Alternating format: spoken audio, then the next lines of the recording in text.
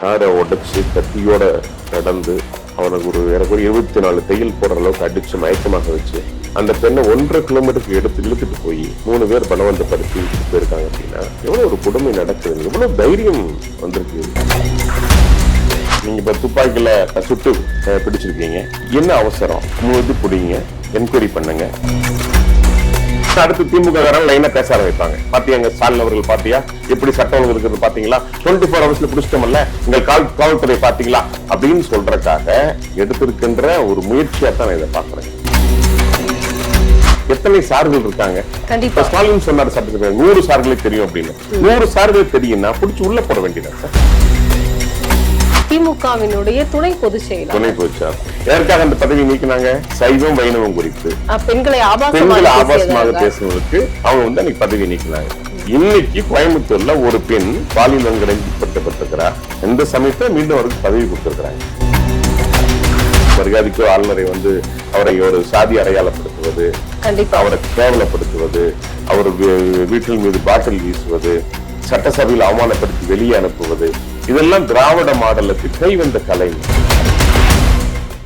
ஏழை குழந்தைகளின் அடிப்படை கல்விக்காக உதவ singleteacherschools.org இணையதளத்தை தொடர்பு கொள்ளுங்கள்.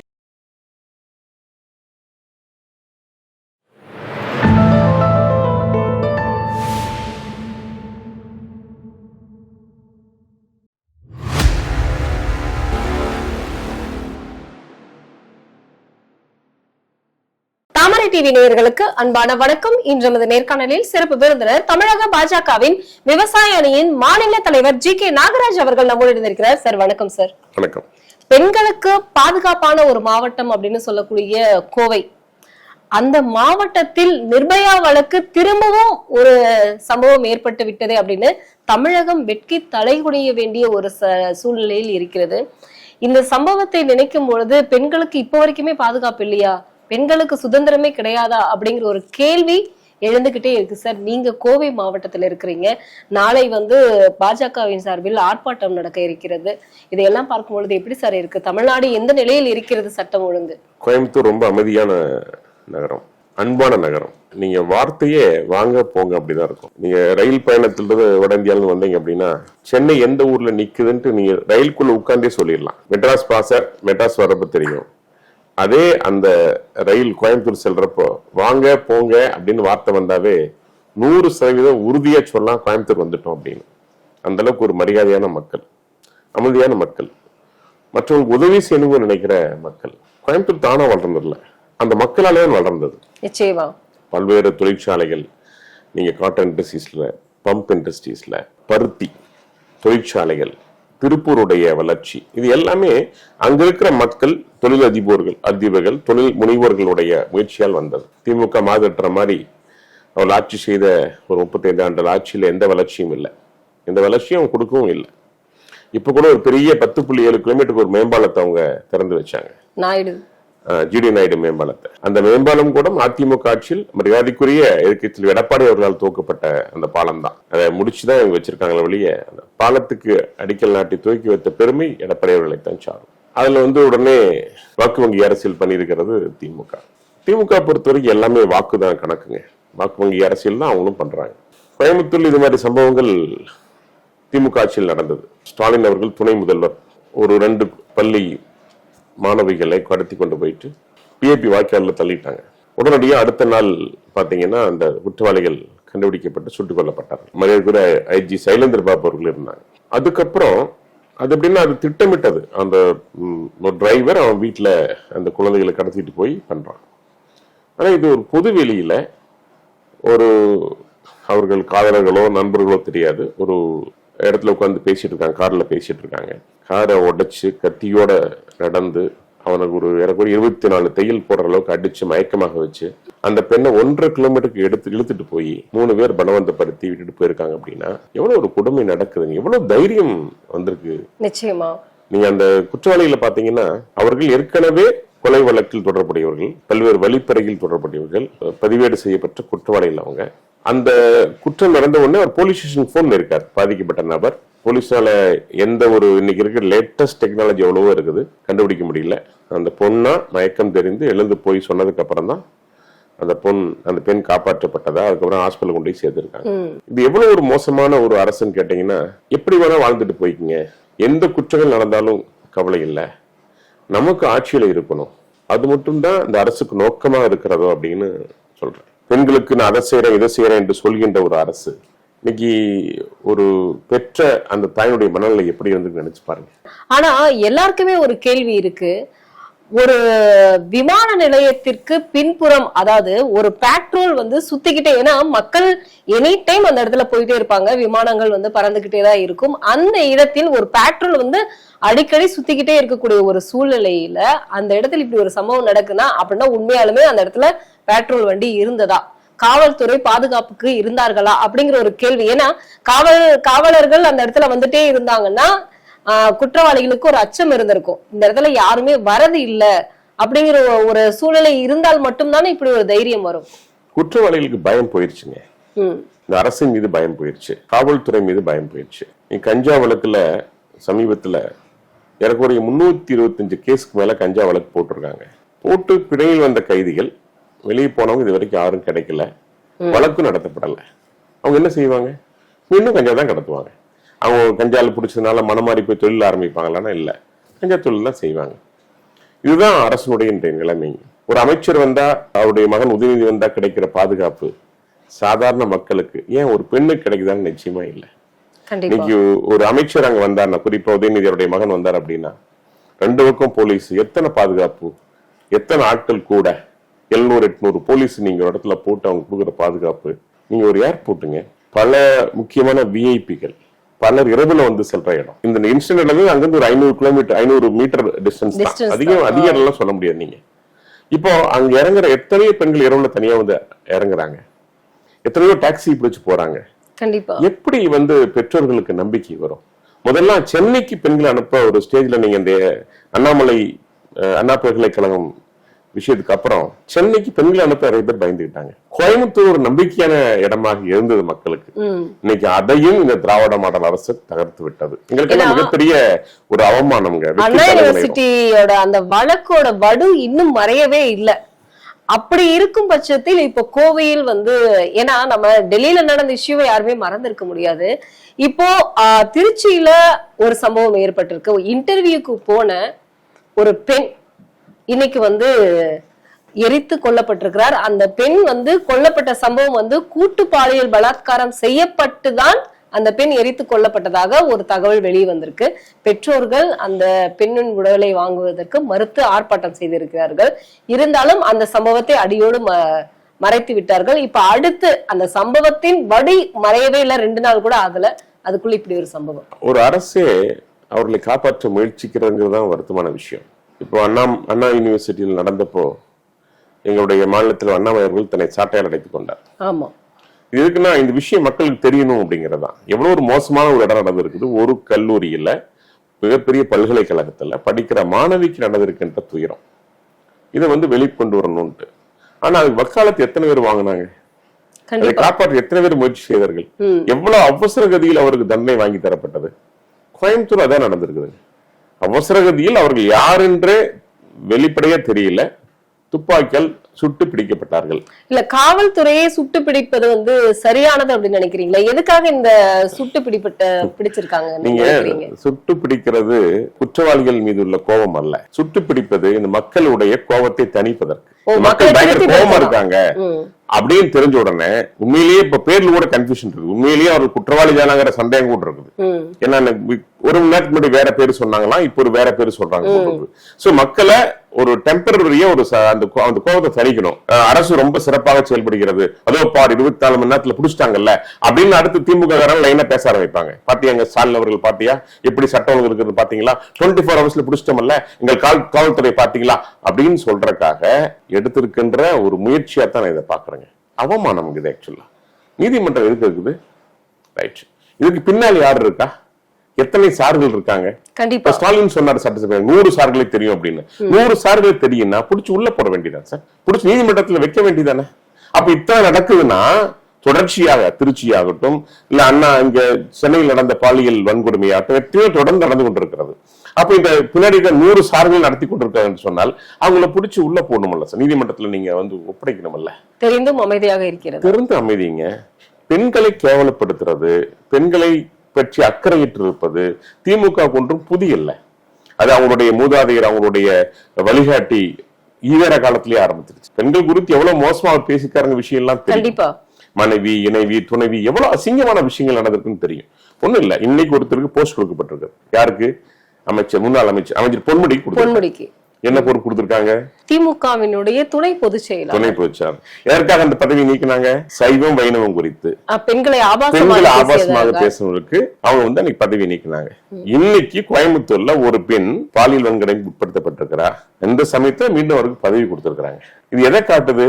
எல்லாமே உங்களுடைய கோபங்கள் எல்லாமே, மக்களுடைய கோபங்கள் எல்லாம் தற்காலிகமாக அதை தடை போடுவதற்காக அந்த சமயத்துல அன்னைக்கு அவர் பதவி விட்டு நீக்கியாச்சு. உடனே கேட்டா பாருங்க, எங்க தலைவர் உடனடியாக நடவடிக்கை எடுத்தார் பாத்தீங்களா, உடனடியாக பதவி விட்டு நீக்கிட்ட பாத்தீங்களா அப்படின்னு சொல்லி மக்களை திருப்திப்படுத்துறது. பெண்களை அசிங்கப்படுத்தியவருக்கு ஒரு பதவியா? அதை பத்தி கவலை இல்லைங்க. வாக்கு வங்கி அரசியல் தான். ஒரு 1000 ரூபாய் கொடுத்துட்டு ஓசி பஸ் சொல்ற ஒரு அமைச்சர் இல்லைங்களா, ஓசி பஸ் தரோம், பணம் தரோம், அது தரோம், இது தரோம் ஒரு கேவலப்படுத்துகின்ற ஒரு அமைச்சர் இன்னைக்கு மீண்டும் அவருக்கு பதவி கொடுத்திருக்கீங்க. தொடர்ச்சியா நடக்குது. நீங்க இப்போ நீங்க பஸ்ன்னு சொல்லும் போது எனக்கு ஞாபகம் வருது, இங்க இப்போ சென்னையில மின்ட்ல இப்போ ஒரு மணி நேரத்திற்கு முன்னாடி தூய்மை பணியாளர்கள் பஸ்ஸை நிப்பாட்டுங்கன்னு பஸ்ல போய் ஏறி இருக்காங்க. அதுக்கு பஸ் டிரைவர் திட்டி இருக்காரு. அது திட்டினதுக்கு ஏன் இப்படி அசிங்கமா பேசுறீங்கன்னு அந்த பெண்கள் கேட்கும் பொழுது அவர் வந்து என்ன உங்க அப்பா வீட்டு பஸ்ஸா அப்படின்னு சொல்லி கேட்டிருக்காங்க, நீ வந்து என் கூட அப்படின்னு சொல்லிட்டு அசிங்கமான வார்த்தையை வந்து ஆபாசமாக ஒரு டிரைவர் பேசியிருக்காரு சார். இப்போ 1 மணி நேரத்திற்கு முன்னாடி. பொதுவா அரசு பற்றி ஒரு பயம் இருக்கணும். அரசாங்கம் வந்து தண்டிக்கும் ஒரு பயம் இருக்கணும். எனக்கு அவரை தெரியும், எனக்கு அந்த எம்எல்ஏ தெரியும், இல்ல பப்ளிக்ல ஒரு பெண்ணு கிட்ட இப்படி பேசுறாங்க, அந்த போலீஸ்காரர் எனக்கு தெரியும், என்ன செஞ்சாலும் நான் வெளியே வந்துருவேன். எவ்வளவு பேர் என்ன உள்ள போய் என்ன பெரிய இதாயிட்டாங்களா, வெளியே வந்துரு இல்லையா? ஏன் அமைச்சர் அன்னைக்கு அப்படி பேச அமைச்சருக்கு அன்னைக்கு மீண்டும் பதவி கிடைச்சிரு இல்லையா? அப்படிங்கிற நம்பிக்கை ஒவ்வொரு திமுக தொண்டர்கிட்டையும், ஒவ்வொரு அரசு வேலை செய்யற திமுக சார்ந்தவங்கிட்டையும் மனசுல தைரியமா இருக்குது. தைரியமா நம்புறான், எதை பேசினாலும் என்ன பண்ணாலும் தப்பிச்சு வந்துடலாம். அந்த அளவுக்கு இந்த அரசாங்கம் நமக்கு சௌரியமா இருக்குது அப்படிங்கிற நம்பிக்கை தான் இதுக்கெல்லாம் காரணம். தண்டிக்கப்பட்டா நீங்க இப்ப துப்பாக்கியில சுட்டு பிடிச்சிருக்கீங்க, என்ன அவசரம்? முழுது பிடிங்க, என்கொயரி பண்ணுங்க. இந்த அளவுக்கு போதை வஸ்துக்கள் நிச்சயமா அவங்க வந்து நார்மல் மனநிலையில பண்ணிருக்க மாட்டாங்க. இன்னைக்கு கோயம்புத்தூர்ல கஞ்சா போதைப் பொருட்கள் கிடைக்காத இடம், நடமாட்டம் இல்லாத இடம் இல்லை என்று சொல்லலாம். நீங்க முதல்ல அதிமுக ஆட்சி காலத்துல போலீஸ் நின்று செக் பண்ணுவாங்க. நீங்க ட்ரங்க் அண்ட் டிரைவ் வந்தீங்கன்னா செக் பண்ணி நீங்க வந்து வண்டி பிடிப்பாங்க. இப்ப அதை பிடிக்கிறது இல்லை. ஏன்னா சேல்ஸ் குறைஞ்சு போகுது, அரசாங்கத்துக்கு வருமானம் குறைஞ்சு போயிருது. அல்லது அப்படி பிடிச்சா கூட உடனடியாக ஒரு ஒன்றிய தலைவர், ஒரு ஒன்றிய செயலாளருக்கு போன் பண்ணி திமுக யாரு தெரியுமான்னு அந்த போலீஸ்காரை மிரட்டுறது. இதெல்லாம் ஒரு அரசு எந்த விதமான சட்டத்துக்கு உட்பட்டு நடக்கவில்லை. சாராயிப்பதை தன் தொழிலாக கொண்டிருக்கிறது ஒரு அரசு. அது வருமானம் குறையாம இருக்கணும்னா மக்களை சௌரியத்தை குடிக்க விடுங்க. அதோட என்ன குடும்பம் வரீங்களா? நான் ஏற்கனவே சொல்லியிருக்கேன், மது கடையில 150 பாட்டில் சேல் ஆகுதுன்னா 100 பாட்டில் தான் பில் போட்டு விற்கிறாங்க. 50 பாட்டிலுக்கு பில் இல்ல. 50 பாட்டில் வருமானம் வேற இடத்துக்கு செல்கிறது. அப்ப நீங்க சந்து கடைகள் விற்கிற, பல்வேறு இடத்துல சட்டத்துக்கு புறமா விற்கிற சாராயங்கள் எல்லாமே இப்படி இந்த 50 பாட்டில் எல்லாம் போய் விற்கிறாங்க. எப்படி அரசாங்கம் அதை தடுக்க முடியும்? தடுக்க மாட்டாங்க. ஏன்னா வருமானமே உங்களுக்கு அதுதானே. கண்டிப்பா. அப்ப அது சாராயம் போனா என்ன, போதைப் பொருள் போனா என்ன, கஞ்சா போனா என்ன? இன்னைக்கு மாணவர்களை கஞ்சா கடத்துவதற்கு பயன்படுத்துறாங்க. பிரெயின் வாஷ் பண்ணி சமயத்தில் ஒரு கோபால் இருந்து வந்த ஒரு மாணவர்கள் பிடிபட்டாங்க. மிகப்பெரிய குடும்பத்தை சேர்ந்தவர்கள். அவங்களுக்கு இதுக்கு பயிற்சி கொடுத்து அங்கிருந்து கொண்டு வந்து அவங்கள கஞ்சா கடத்த வச்சிருக்காங்க. இன்னைக்கு சாதாரணமா 10வது படிக்கிற மாணவனை, தன்னுடைய மகனை பள்ளிக்கு அனுப்ப தாயார்கள் பயந்து கொண்டிருக்கிறார்கள். அந்த அளவுக்கு ஒண்ணுமே இல்லைங்க, எதுவுமே இல்லை. நீங்க அரசு அதிகாரிகள் நியாயமா இருந்தாங்கன்னா அந்த பகுதி தப்புதுன்னு சொல்லலாம். இப்போ 1 மாத காலத்திற்குள் குற்றப்பத்திரிகை தாக்கல் செய்ய வேண்டும்னு சொல்லிட்டு தமிழக முதல்வர் சொல்லியிருக்காரு. இதற்கு வந்து உண்மையாகவே நடவடிக்கை எடுத்து தண்டனை கிடைக்கும் அப்படின்னு நீங்க நம்புறீங்களா சார்? பாருங்க, ஒரு நியாயமான அரசாக இருந்தால் மக்கள் மீது அக்கறையோடு இருக்கணுங்க. இவங்க ஒவ்வொரு சமயத்தையும் தற்காலிக நிவாரணம் தான் கொடுத்துட்டு இருக்காங்க. இன்னைக்கு இந்த பிரச்சனையை நம்ம தடை போடுறதுக்கு என்ன பண்ணணுமோ தற்காலிக உடனே பண்ணிடுவோம் அப்படின்னு சொல்றாங்க. துப்பாக்கியில் சுட்டு பிடிச்சோன்னு சொல்லி அதை செய்தி வெளியிடுறாங்க. பட் உண்மை அது அல்லங்க. இந்த 3 பேர் மாதிரி பல 100 பேர் பல இடங்களில் சுத்தி கொண்டு சந்தத்துக்காக காத்து கொண்டிருக்கிறார்கள். இதே மாதிரி வேற இடத்துல இன்னொரு பெண் கிடைத்தால் நாளை இதுவும் கோவையில் நடக்கும், எங்கும் நடக்கும், எல்லா இடங்கள்லயும். பொதுவா பெண்கள் தனியா போக முடிகிற அளவுக்கு இன்னைக்கு இல்லைங்க. மகாத்மா காந்தி சொன்ன மாதிரி ஒரு இரவில் 12 மணிக்கு பெண் என்னைக்கு தனியா போறோம் அன்னைக்கு தான் சுதந்திரம் சொன்னார் இல்லைங்களா? நிச்சயமா. ஒரு டைம் முதலமைச்சர் சொன்னாங்க, நம்பர் 1 தொழிற்சாலையில் நம்பர் 1, தொழில் வளர்ச்சியில் நம்பர் 1 அப்படின்னு சொல்ற முதலமைச்சர் இவங்க செஞ்சது இல்லை, இவங்க செஞ்ச சாதனை இல்லை. கல்வியில் சிறந்த தமிழ்நாடுன்னு பாரதியார் அன்னைக்கே சொல்லிட்டு போயிட்டார். அத நீ இன்னும் சொல்ல போனா புரிகிற மாதிரி கல்லூரியில் முதல் மாணவனாக இருந்த ஒரு மாணவனை இன்னைக்கு வகுப்பில் முதல் மாணவனாக மாற்றுகின்ற நிலையைத்தான் திமுக செஞ்சிருக்கு. உயர்ந்த இடத்தில் இருந்த அந்த தமிழகத்தின் கல்வியை இவங்க கொண்டு வந்த அந்த கல்வி திட்டத்தின் மூலமாக வகுப்புல முதல் மாணவனாக சொந்த முயற்சியில படிக்கிற மாணவர்கள் எல்லாருமே, சரிங்களா, கல்வித்தரம் குறைந்திருக்கிறது இவர்களால். அதுல எந்த மாற்று கருத்தும் கிடையாது. இன்னைக்கு மத்திய அரசு எடுத்த முயற்சி நீட் மூலமாக இன்னைக்கு ஏறக்குறைய 7000 அரசு பள்ளி மாணவர்கள் மருத்துவராக தேர்வு செஞ்சிருக்கிறாங்க, படிக்கிறதுக்கு வாய்ப்பு கிடைச்சிருக்குது. இவங்க ஒண்ணுமே செய்யலைங்க. நீங்க புதிய குற்றவியல் சட்டங்கள், இது மாதிரி குற்றம் நடக்குது, இந்த குற்றத்துக்கு உடனடியா நிவாரணம் அப்படின்னா புதிய குற்றவியல் சட்டம் தான். அதை ஏற்றுக்கொள்ளாம இருக்கிறாங்கல்ல. நீ ஆர்டிகல் 370 ஏத்துக்க மாட்டோம், குடியுரிமை திருத்த சட்டத்தை ஏத்துக்க மாட்டோம், நீட்டை ஏத்துக்க மாட்டோம், அணை பாதுகாப்பு மசோதாவை ஏத்துக்க மாட்டோம், எதையும் இந்த நாட்டுக்கு நன்மை வைக்கின்ற எதையும் ஏற்றுக்கொள்ள மாட்டோம். அப்ப கடைசியா கையில் எடுத்திருக்கிறது SIR. அது சார்னாவே பிடிக்காது. ஏன்னா ஏற்கனவே ஒரு சார் நிறைய வேலை பண்ணிட்டு போயிட்டாரு, இப்போ ஒரு சார் வந்திருக்காரு. உண்மையிலேயே இந்த சார் திமுக ஆட்சிக்கு மட்டுமல்ல இந்தி கூட்டணிக்கே ஒரு பெரிய அடியை கொடுக்கின்ற சார் அப்படிங்கிறது. ஏன்னா இந்த சார் இவங்க சொல்ல வேண்டாம், இந்த சார மக்கள் சொல்லிடுவாங்க, மக்கள் சொல்லிடுவாங்க. ஆனா அதையும் ஏத்துக்க மாட்டேன். எனக்கு தெரியும் இப்படி ஒரு அரசு, அது குறிப்பா தமிழ்நாடு மாதிரி ஜனநாயகத்தை படுகொலை செய்வது, தமிழ்நாட்டை தனித்தீவாக மாற்றுவது, இந்தியாவோடு ஒன்று செல்லாது, இந்தியா என்கின்ற அழகான அந்த வார்த்தையை கூட ஒன்றியம் என்று குன்றி சொல்வது, இதை விட இந்தியாவை யாருமே கேவலப்படுத்த முடியாதுங்க. இதை விட யாரும் கேவலப்படுத்த முடியாது. இவங்களுடைய குடும்ப அரசியலுக்காக, இவர்களுடைய வாழ்வாதாரத்துக்காக, இவர்கள் இந்த நாட்டை ஆள்வதற்காக இந்த மக்களையே குட்டிச்சவராக்கிட்டு இருக்காங்களே, என்ன கொடுமைங்க இது? சரி, நீங்க சார்னு சொல்ல உடனே இவங்க அனைத்து கட்சி கூட்டம் போட்டாங்க, அதுல தீர்மானமும் நிறைவேற்றினாங்க. இந்த SIR இன்னைக்கு நவம்பர் 4 ஸ்டார்ட் பண்ணிட்டாங்க. 1000 விளக்கு தொகுதியிலிருந்து இப்ப பணி 2 மணில இருந்து ஸ்டார்ட் பண்ணிட்டாங்க. இவங்க மனு தொடுப்போம் உச்ச நீதிமன்றத்தில் அப்படின்னு சொல்லியிருந்தாங்க சார். இப்ப பணியும் ஸ்டார்ட் ஆயிடுச்சு. இவங்க இதுக்கு மேல மனு தொடுத்து என்ன நடக்க போகுதுன்னு நினைக்கிறாங்க? இல்லைங்க, இதெல்லாம் மத்திய அரசு மீதான எதிர்ப்பு. அதை மக்கள்கிட்ட கொண்டு போய் நாங்க ஒன்னும் இணக்கமா இல்ல, அவருக்கு ஓட்டு போட்டுறாதீங்க, இது உங்களுக்கு கெடுதல் தான் செய்யுதுங்கிற திரும்ப திரும்ப சொல்லுகின்ற பொய். இது 25வது 30வது பொய் சொல்றாங்கன்னு வச்சுக்கோங்களேன். ஒன்னும் பொய் சொல்லுவாங்க. இந்த பொய்க்கு ஒவ்வொன்றுக்கும் இவங்களுக்கு ஒண்ணும் கிடைக்காது, பதில் கிடைக்காதுன்னு தெரியும். ஆனா அதை டெம்பரரியா அப்படி மக்கள்கிட்ட சொல்லி கூட தங்கள் எதிர்ப்பை காட்டி கொண்டிருப்பது, நாங்க இந்திய அரசோடு ஒன்றியெல்லாம் போகல அப்படிங்கிற ஒரு சொல்றது. ஆனா இவங்க காரியத்தை சாதிச்சுக்குவாங்க. இவங்க தூத்துக்குடி புயல் நிவாரணத்தை பார்க்க மாட்டாங்க, ஆனா இந்தி கூட்டணிக்கு போயிட்டு கலந்துக்குவாங்க. அப்படியே போய் பிரைம் மினிஸ்டர் பார்த்து வருவாங்க. திடீர்னு பல்வேறு நிதி கூட்ட ஆய்வு கூட்டங்கள்லாம் போகாம இருப்பாங்க. திடீர்னு திடீர்னு தமிழ்நாட்டில் அக்கறை அந்த கூட்டத்துல போய் பங்கெடுப்பாங்க. அது பிரிவில் பார்த்தா குடும்பத்தினுடைய ஒரு பெரிய பாதுகாப்பு ஒளிஞ்சிருக்கும். இதெல்லாம் இவங்களுக்கு புதுசு இல்லைங்க. இது ஆரம்ப காலத்திலிருந்து கருணாநிதி அவர்கள் டெல்லிக்கு போனா ஒன்னா தன்னுடைய மகளையோ மகனையோ பேரனையோ காப்பாற்றுவதற்காக தான் அவங்க டெல்லிக்கு போயே பழக்கப்பட்டவங்க. இன்னைக்கு நீங்க கேட்டதுக்கு அப்புறம் சொல்றேன், இன்னைக்கு 4ஆம் தேதி இன்னைக்கு ஆரம்பிச்சிருக்கோம் SIR.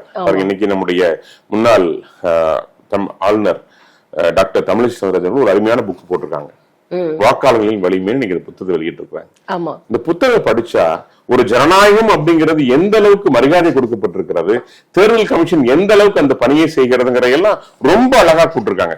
ஒரு வாக்கு சிறிதாக தோன்றலாம், ஆனால் அவை ஒன்றிணைந்து ஒரு நாட்டின் விதியை அமைக்கின்றன அப்படிங்கிற வார்த்தைகள். அப்துல் கலாம் சொல்லியிருக்காரு, உன் வாக்கு தான் உன் குரல். இந்தியா போன்ற ஜனநாயக நாட்டில் மௌனம் பொன்னல்ல, பங்கேற்பே பொன்னாகும். இதெல்லாம் சொன்னது வாக்குக்கு எவ்வளவு இம்பார்ட்டன்ட் சொல்லி இதெல்லாம் வாங்கி படிச்சு பார்க்கணும் அவங்க. ஆனா இவங்க ஜனநாயகத்தை காப்பாத்துறோம், நாங்க ஜனநாயகமா இருக்கிறோம். ஆனா எந்த இடத்துலயும் நீங்க சொல்றேன் 25க்கு மேற்பட்ட திட்டங்கள் மசோதாக்களை குழி தோண்டி புதைச்சு அதை நடைமுறைப்படுத்தாம தமிழகத்தை பின்னோக்கி கொண்டு சென்ற பெருமை யாருக்கு தெரியும்னா திமுக. அது கூட பரவாயில்ல, வளர்ச்சி இல்லை. ஆனா மக்கள் பாதுகாப்பா இருக்கணும்ல, கண்டிப்பா பெண்கள் பாதுகாப்பா இருக்கணும்ல, குழந்தைகள் பாதுகாப்பா இருக்கணும்ல, பள்ளியில் படிக்கின்ற மாணவர்கள் பாதுகாப்பா இருக்கணும்ல, ஒரு நல்ல வாழ்வியல் நெறிமுறையை பள்ளிக்கூடத்துல சொல்லி தரணும்ல. கண்டிப்பா எப்ப இந்த குற்றங்கள் நடக்கும் தெரியுங்களா? ஒருத்தனுக்கு வந்துங்க தன்னுடைய வாழ்க்கையின் மீது ஒரு நட்பு அற்று போய்விட்டால், வாழ்க்கையின் மீது நம்பிக்கை இழந்து விட்டால், தர்மத்தின் மீதான நம்பிக்கை இழந்து விட்டால், அதான் இந்து மதம் சொல்லுது. அதுதான் வந்து வாழ்வியல் முறைன்னு சொல்றோம். நாம தர்மத்தை ஏன் சொல்றோம்? இப்போ உங்களுக்கு தெரியும், சமீபத்துல மகாவிஷ்ணு ஒருத்தர் போய் பள்ளிக்கூடத்துல சொல்லிக்கிறார், தர்மம் சொல்றாரு, மறுபிறவி குறித்து சொல்றாரு. ஏன் சொல்றாரு? நீ நல்லது செய்யணும்னு சொல்றாரு. நீ செய்கின்ற செயல் நல்லதாக இருந்தால் மட்டும்தான் உனக்கு இதெல்லாம் கிடைக்கும்பா. யாரு தண்டிப்பா? அரசாங்கம் தண்டிக்காது. இப்ப மனசு ஒரு மாரல் ஃபியர் இருக்கும்ல, ஐயோ நம்ம தப்பு செஞ்சுட்டோம் அப்படின்னா இது வந்து நம்முடைய தண்டனை இல்லாட்டி கூட கடவுள் விடமாட்டாங்க பயம் இருக்கணும்ல. அதான வாழ்வியல் முறை. ஆனா அதையும் அந்த நம்பிக்கையும் பொய்த்து விட்டு அதையும் சொல்லி தர மாட்டோம், நல்ல வாழ்வியல் முறையே சொல்லி தர மாட்டோம், சட்ட ஒழுங்கு கண்ட்ரோல்ல வச்சுக்க மாட்டோம். உனக்கு எப்படி வேணா நீ வாழ்ந்துட்டு போயிரு, நான் ஆட்சியில் இருந்தால் போதும், ஒரு 1000 ரூபாய் கொடுத்துட்டு நாங்க ஓட்டை வாங்கிக்குவோம், பெண்கள் ஓட்டை நாங்க வாங்கிக்குவோம், பெண்களுக்கு பாதுகாப்புன்னு வெளிப்படையாக வெட்ட வெளிச்சமாக ஒரு பொய் சொல்கின்ற திராவிட மாடல் அரசை நான் எப்படி இதை விட விவரிக்கிறதுன்னு தெரியலங்க. கண்டிப்பா சார். நீங்க கல்வியில் சிறந்த தமிழ்நாடுன்னு சொல்லும் பொழுது எனக்கு ஒரு கல்வியை சொல்லிக் கொடுக்கக்கூடிய பேராசிரியர்களை வந்து போலி பேராசிரியர்களாக 1000க்கும் மேற்பட்டவர்கள் வந்து நியமனம் செய்திருப்பதாக அண்ணா யூனிவர்சிட்டியில இருந்து 140 பொறியியல் கல்லூரிகளுக்கு நோட்டீஸ் அனுப்பியிருக்காங்க. இந்த விவகாரத்தில் வந்து நிறைய பேராசிரியர்கள் வந்து நிரந்தரமாக வந்து பணிக்கு வந்து நியமனம் பண்ணியிருக்கிறதாக வந்து ஒரு குற்றச்சாட்டு எழுந்திருக்கு சார். இப்படி வந்து அடுத்தடுத்து வந்து குற்றச்சாட்டுகளை வந்து ஆளுநரை குறை சொல்லுவார்கள். ஆனா அந்த மசோதாக்கு வந்து நம்ம வந்து ஒத்துக்கொள்ளவில்லை அப்படின்னு. ஆனா இந்த பணி நியமனம் வந்து இவ்வளவு கேவலமாக நடந்திருக்கிறது. நான் தான் வேந்தர், முதலமைச்சர் தான் வேந்தர், அப்படித்தானே சொன்னாங்க, அப்படிதான் திருமணம் போட்டாங்க. அப்ப அதுக்கு பின்னால என்ன இருக்கும்? முறைகேடு இருக்கும். பின்னால என்ன இருக்கும்? ஊழல் இருக்கும். எவ்வளவு கோடி பணம் கைமாற்றப்படுகிறது இந்த பல்கலைக்கழகங்கள்ல. ஏன் விட மாட்டேங்கிறாங்க? திமுக ஒன்ன வந்து விட்டு தர மாட்டேங்க அப்படின்னாங்கன்னா நிச்சயமா அதுக்கு பின்னாடி ஒண்ணு அவருடைய ஆட்சி சம்பந்தப்பட்ட விஷயம் இருக்கும். ஒண்ணு ஆட்சி அதிகாரத்தில் அமர்வதற்கான அதுல இருக்கிற ஆட்களுக்கு தங்களை பங்களிப்பை கொடுப்பதற்கு, இன்னொன்னு அது வந்து வருமானத்து வருவதற்கு. அதனால இந்த விஷயங்கள் எல்லாம் பல ஆண்டு காலமாக நடந்து கொண்டிருக்கின்ற விஷயம். ஆளுநர் ரவி அவர்கள் வந்ததுக்கு அப்புறம் தான் அது எல்லாம் கண்டுபிடிச்சு அதுக்கான முயற்சி எடுத்தார். அதனாலதான் ஆளுநரை வசப்படுறது. மரியாதைக்கு ஆளுநரை வந்து அவரை ஒரு சாதி அடையாளப்படுத்துவது, அவரை கேவலப்படுத்துவது, அவர் வீட்டில் மீது பாட்டில் வீசுவது, சட்டசபையில் அவமானப்படுத்தி வெளியே அனுப்புவது, இதெல்லாம் திராவிட மாடலுக்கு கை வந்த கலைங்க. இதெல்லாம் வந்து ஒண்ணும் அவங்களுக்கு செய்யக்கூடிய விஷயம் புதிது அல்ல. இப்படிதான் செய்வாங்க.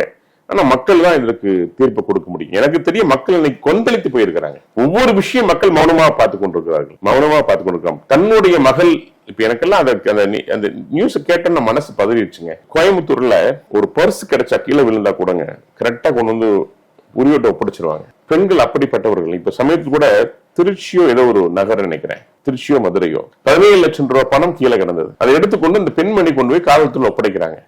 அந்த பெண்மணி சொன்ன விஷயம், நான் சாதாரண வீட்டு வேலைகள் செய்யறேன், எனக்கு அந்த பணம் வருமானத்துல மகிழ்ச்சியா இருக்கிறேன். அப்படிப்பட்ட பெண்களை கொண்ட நாடு இந்த நாடுங்க. அந்த நாட்டுல பெண்களுக்கு பாதுகாப்பு இல்லையா அப்படிங்கறதா விஷயம். நினைச்சு பாருங்க நீங்க. ஒரு பெண்ணோடு இன்னும் பெற்றோருக்கும் சொல்றேன், தயவு செய்து உங்க பெண்கள் வந்து வெளியே தங்கியிருக்காங்க, அவங்க மகளோ சொந்தமோ, தயவு செய்து கொஞ்சம் நீங்க கேர் எடுத்துக்கணும். அதை அனுமதிக்க கூடாது. நீங்க அவங்களுக்கு சொல்லணும்.